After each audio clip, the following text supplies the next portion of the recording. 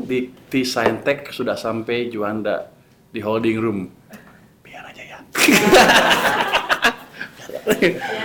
Terus saya ajarin lagi sedikit. Kalau misalnya kita melanggar 3%, apakah kita tidak prudent? Undang-undang itu, batasan 3 sampai 60 itu sebenarnya diambil arbitrary, sembarangan.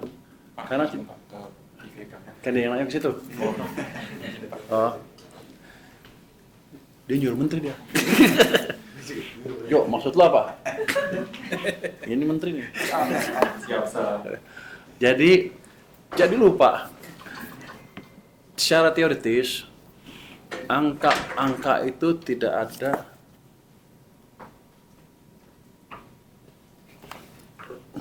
Kalau dulu.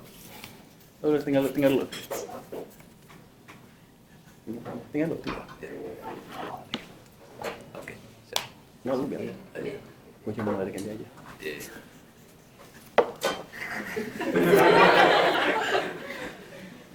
YTH Pak Menteri Yudi, Menteri Dikti Saintek sudah sampai Juanda di holding room.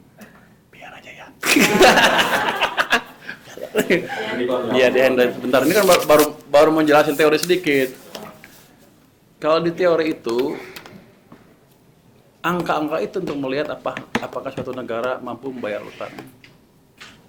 Jadi sebenarnya yang dilihat adalah 2. Negara itu mampu. Jadi angka-angka itu nggak ngaruh, hanya indikator awal aja. Cuma yang dilihat oleh investor adalah apa dia mampu membayar utang atau mau membayar utang.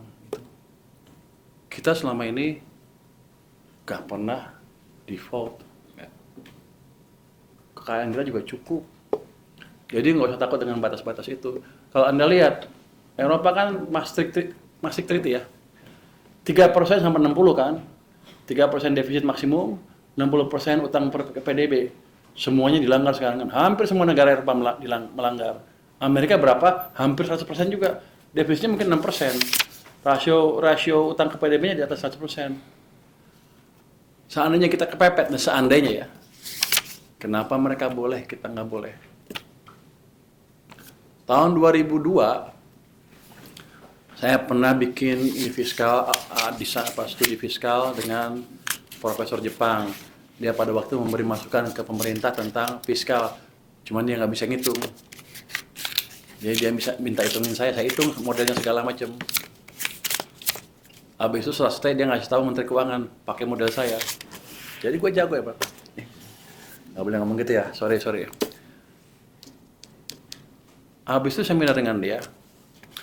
Waktu itu rasio utang ke PDB Jepang 125%. Dan dia ngajarin kita nggak boleh 3%. Saya tanya dong ke dia, Pak Takatoshi Ito namanya, itu orang terkenal, ekonom terkenal yang bikin Abenomics di Jepang.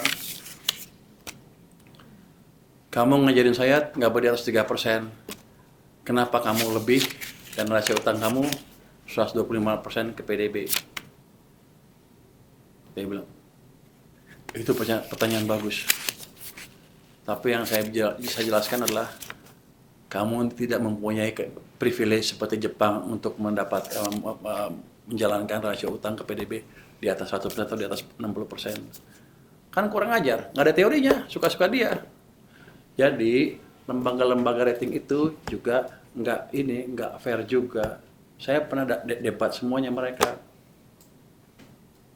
Sekarang Eropa banyak ratingnya E kan, banyak yang E dengan utang seperti itu.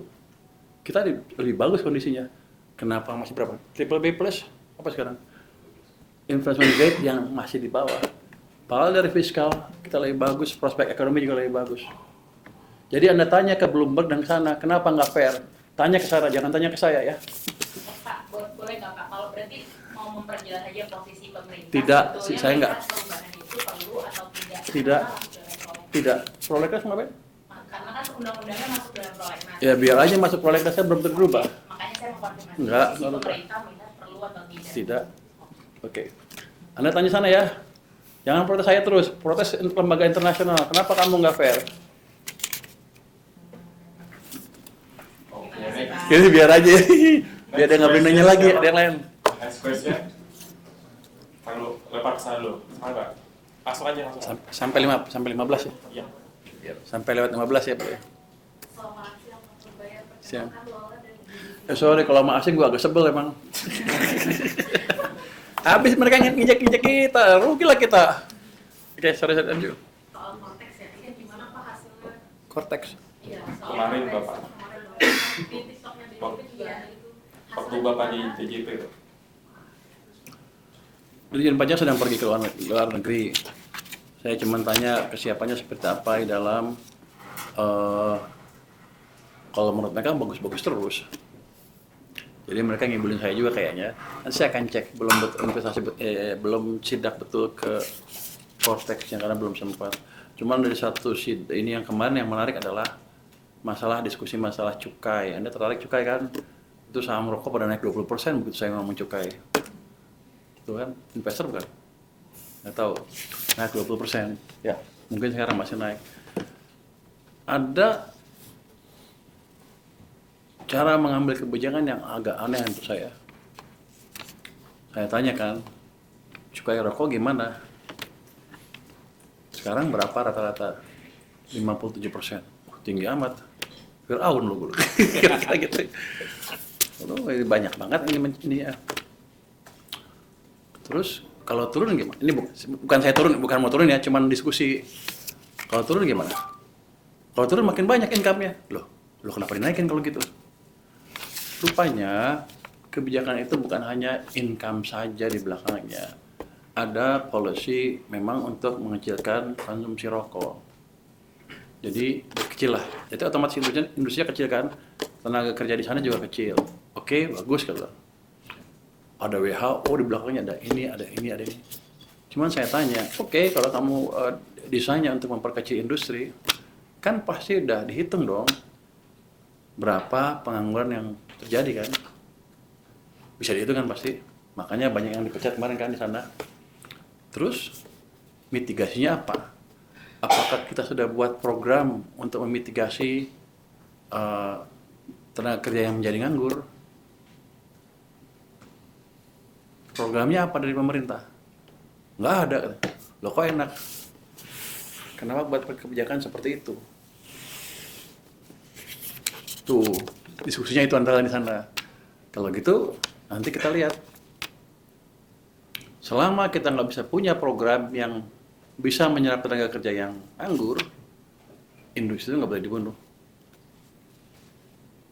Jadi kan hanya menimbulkan orang susah aja. Tapi memang harus dibatasin, yang rokok itu paling enggak orang ngertilah, harus ngerti resiko rokok itu seperti apa. Tapi nggak boleh dengan policy untuk membunuh industri rokok, terusnya tenaga kerja dibiarin tanpa kebijakan bantuan dari pemerintah. Itu kan kebijakan yang nggak bertanggung jawab kan.